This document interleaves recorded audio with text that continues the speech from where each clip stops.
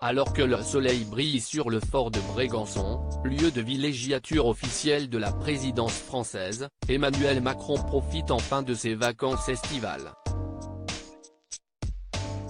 Cependant, même en période de repos, le président de la République doit être protégé et accompagné par une escadre serrée, composée de ses officiers de sécurité et de son médecin personnel, rapportent nos confrères de Politico.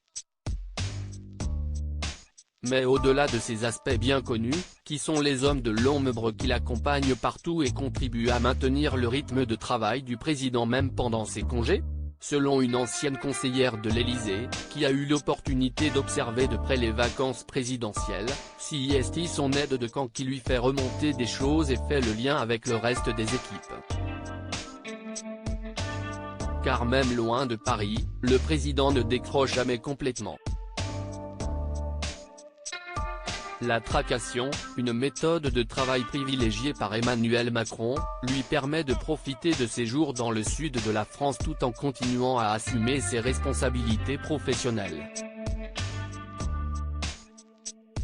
En effet, il n'est pas rare de le voir travailler depuis la terrasse d'un café, lorsqu'il a besoin de s'aérer l'esprit et de se sentir moins confiné que dans les murs du fort de Brégançon.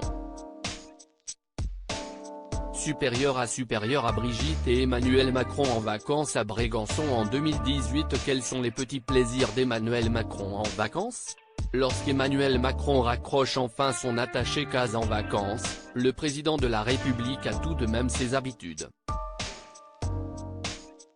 Brégançon étant situé en bord de mer, le chef de l'État a tout le loisir de se baigner, avec Brigitte, dans les eaux méditerranéennes.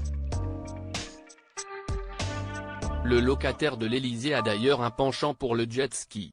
Outre ses activités nautiques, le supérieur d'Elisabeth Borne profite des petits plaisirs de la vie, promenade, lecture et bons restaurants, le programme de vacances, ou de tracances, réussi.